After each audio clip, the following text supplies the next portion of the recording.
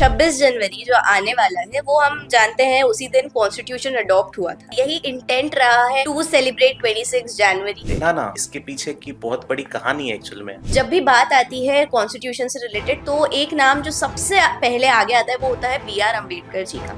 तो क्यों उन्हें ही फादर ऑफ इंडियन कॉन्स्टिट्यूशन कहा जाता है? हाँ, ये एक बहुत इंटरेस्टिंग सा क्वेश्चन है। एक्चुअल में कोई ओरिजिनल कॉपी है कॉन्स्टिट्यूशन की? तो शांति निकेतन के जो बेस्ट कैलीग्राफर और जो मतलब वहाँ के एक्सपर्ट थे, एक्चुअल में इंडिया के लिए माउंटबेटन बहुत अच्छे थे।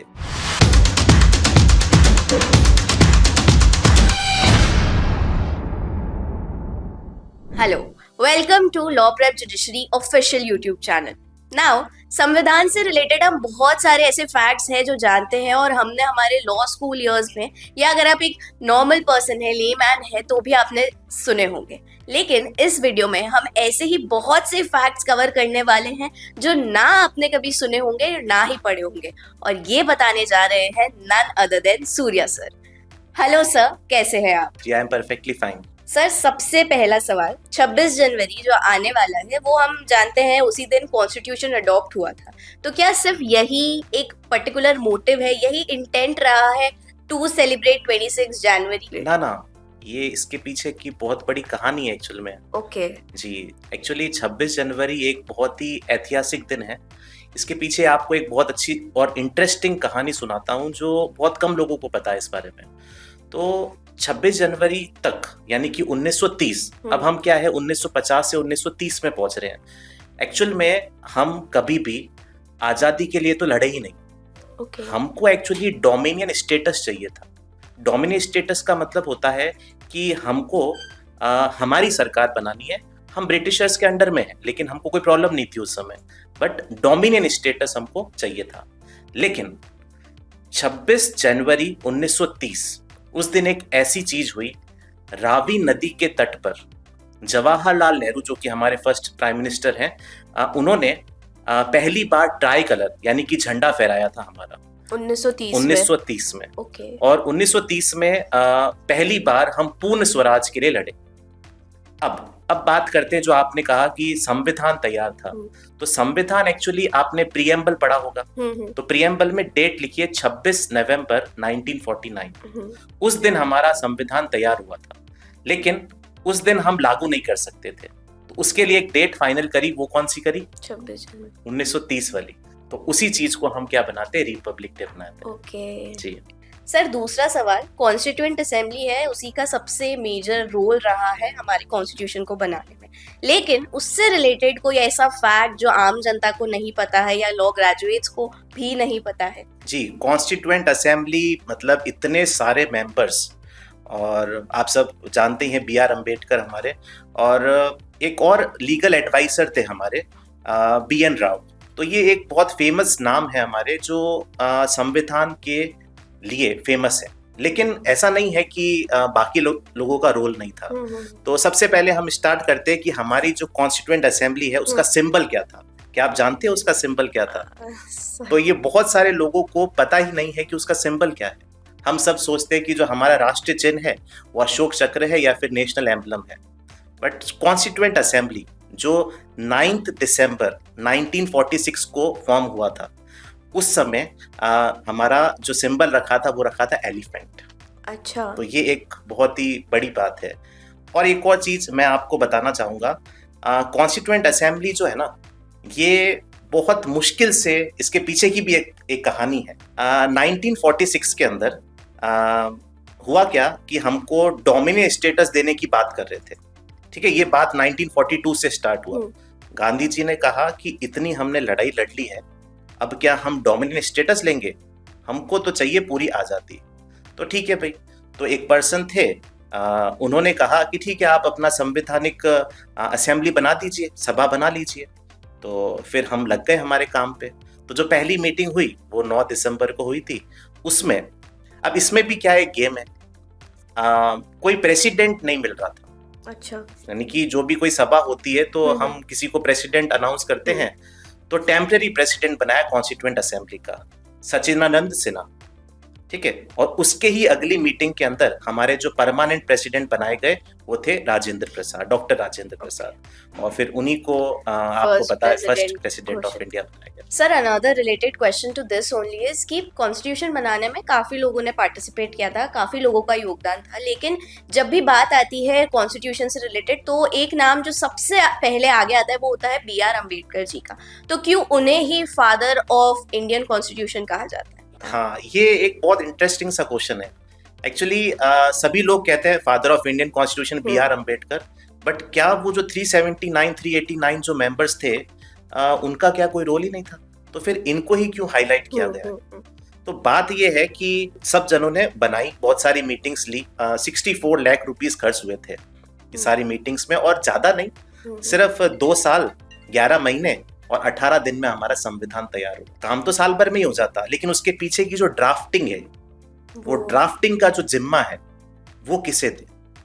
तो वो जो है डॉक्टर अंबेडकर, जो कि one of the famous personalities and one of the famous lawyers of that time, तो उनको ये दिया गया और उन्होंने एक एक पार्ट, एक एक शेड्यूल, एक एक आर्टिकल को अरेंज किया, ड्राफ्ट किया, और ड्राफ्टिंग कमेटी के भी चेयरमैन वही थे, तो इसीलिए उन्हें father of Indian constitution. Okay, so मतलब जो सबसे टीडियस काम था अरेंज करने का वो उन्हें दिया गया। और वैसे तो आपने देखा होगा कि हमारे यहाँ पे कुछ 500 से भी ज्यादा रियासतें थी।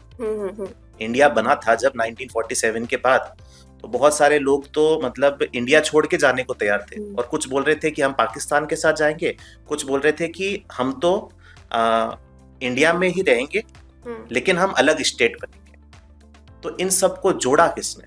बिस्मार्क ऑफ इंडिया कहते हैं, जिसे हम आयरन मैन ऑफ इंडिया कहते हैं, जी, जिसे हम सरदार वल्लभ भाई पटेल कहते हैं। सर क्योंकि कॉन्स्टिट्यूशन से रिलेटेड हम बात करें तो आए दिन हम देखते हैं कि कोई भी बड़ा उत्सव होता है या कोई सेरेमनी होती है तो कॉन्स्टिट्यूशन की जो है कॉपीज दी जाती है, बट एक्चुअल में कोई ओरिजिनल कॉपी है कॉन्स्टिट्यूशन की इंडिया में या हमारे पास? जी, 2 है। अच्छा जी, इंडियन कॉन्स्टिट्यूशन की 2 कॉपी, जिसे हैंड रिटन, एक्चुअली अभी की जो कॉपीज आप देखेंगे वो तो कॉपीज आपको रिटन मतलब प्रिंटिंग फॉर्मेट में मिलेगी, लेकिन वो जो रिटन है प्रॉपर इंक से लिखी हुई जो होती है, गीतांजलि, यानी कि आपने नाम सुना होगा रविंद्रनाथ टैगोर का शांति निकेतन। जी जी जी, ठीक है। तो शांति निकेतन के जो बेस्ट कैलीग्राफर और जो मतलब वहाँ के एक्सपर्ट थे आचार्य नंदलाल बोस, उन्होंने उस चीज को लिखा है। सर मैंने ये भी सुना है कि जो कॉन्स्टिट्यूशन की किताब है काफी ह्यूमंगस है, काफी बड़ी है, तो उसमें हर एक आर्टिकल से रिलेटेड एक पिक्चर ड्रॉ की गई है उसके बॉर्डर्स पे, और बहुत ही सुंदर चित्रकला हुई है। ये तो आपने बहुत अच्छा सुन रखा है। वो एक्चुअली क्या है कि जैसे फॉर एग्जाम्पल एक पेज ले लिया, उसमें से 70% में तो हमने लिखा है संविधान के बारे में, ऊपर कुछ पिक्चर्स बताई गई है जो हमारी हिस्ट्री की है। चाहे वो golden period of literature, golden period of India, Gupta period की बात करें, चाहे मुगल्स की बात करें, यहाँ पे मुगल्स को रखा गया है, और हमारे जो पुराने सम्राट अशोक थे उनकी पिक्चर्स को भी थोड़ा सा बताया गया है। ऐसे बहुत सारे हिस्टोरिकल पूरी डाइवर्सिटी जो हमारी रही है हिस्ट्री में वो प्रॉपर्ली शो की गई है थ्रू पिक्चर्स। जी बिल्कुल। सर हाल ही में अभी जब नया पार्लियामेंट बन रहा था तो एक नई चीज देखने को मिली, एक सेप्टर सिंबल जो इंस्टॉल किया गया था न्यू पार्लियामेंट में, तो उससे रिलेटेड क्या इन्फॉर्मेशन है, क्या फैक्ट्स हैं? एक्चुअली जो सिंगोल की कहानी है ये 1947, आपको पता होगा कि 15 अगस्त 1947 को हमको पावर्स ट्रांसफर हो रही थी जी। तो लॉर्ड माउंटबेटन जो उस समय के वाइसरॉय थे, उन्होंने जवाहरलाल नेहरू से पूछा कि इस कार्यक्रम को और भी अच्छा कैसे बनाया जाए। तो जवाहरलाल नेहरू ने किससे पूछा? सी राजा गोपालाचारी। एक्चुअली ये फर्स्ट इंडियन वाइसरॉय है। तो सी राजा गोपालाचारी ने बहुत रिसर्च किया, वो तमिलनाडु गए, ठीक है, तमिलनाडु जाके उन्होंने एक सेंगोल का पता लगाया। अब सेंगोल को और एंशिएंट टाइम में जाते हैं हम, चोला डायनेस्टी का नाम आपने सुना होगा। तो उसमें जैसे फॉर एग्जांपल राजा राजा चोला है, और आपने अभी मूवी देखी होगी PS1, तो उसमें जब पावर का ट्रांसफर हुआ करता था तो वो सेंगोल एक्चुअली एक गोल्ड प्लेटेड आइटम है, ये स्टिक जैसा होता है, और उसके ऊपर है नंदी द बुल, यानी कि वो पावरफुल शो होता है उससे। उस चीज को ट्रांसफर किया किससे? अलग अलग चोला डायनेस्टी के रूलर्स में। तो जो सी राजा गोपालाचारी की जो बात है जवाहरलाल नेहरू को बहुत पसंद आई, तो वो और उनके साथ वाली टीम वहाँ के सबसे बड़े आचार्य से मिले, उन्होंने सिंगोल को तैयार करवाया और फिर वो दिल्ली के अंदर आए और सिंगोल माउंट बेटन को दिया। ओके। माउंट बेटन भी अब इतने अच्छे थे, एक्चुअल में इंडिया के लिए माउंट बेटन बहुत अच्छे थे, तो माउंट बेटन ने फिर से वो उन आचार्य को दिया। उन्होंने कहा कि आप खुद जो है पावर ट्रांसफर करिएगा हमारी तरफ से। ये बहुत कम लोगों को पता है एक्चुअल में। ओके, तो ये ट्रांसफर ऑफ पावर का एक तरीके से प्रतीक है जी। और 1947 में जब हम आजादी मिलने वाली थी उसी दिन मिडनाइट को, तो उससे 14 मिनट पहले सिंगोल की ये प्रथा हुई थी। और पावर किसको दिया गया था? जवाहरलाल नेहरू को। ओके, तो सर अभी तक ये कहा था, जैसे न्यू पार्लियामेंट में ही था, तो उससे पहले ये कहा? हाँ, अभी जो न्यू पार्लियामेंट आपको पता है मोदी जी ने बनवाया था पूरा वी शेप का, तो उसमें स्थापित किया गया। ये था तो हमारे भारत में, बट बहुत सारे लोगों को ये पता ही नहीं था कहाँ है। तो अभी आपको पता है कुंभ मेला चल रहा है प्रयागराज में। प्रयागराज का पुराना नाम इलाहाबाद है। वहां पे हमारे first prime minister of India का घर है, जिसे हम कहते हैं आनंद भवन। अच्छा, ठीक है, अब वो एक्चुअल में एक म्यूजियम बन गया है। वहां पे ये चीज पड़ी थी, वहां से हम लेके आए। तो अगर आप भी चाहते हैं कि ऐसे और पॉडकास्ट है, ना सिर्फ कॉन्स्टिट्यूशन से रिलेटेड, और भी ऐसे बहुत दूसरे लॉज है उनसे रिलेटेड, तो हमें कमेंट में जरूर बताएं। Thank you so much sir for today. Okay, thank you so much.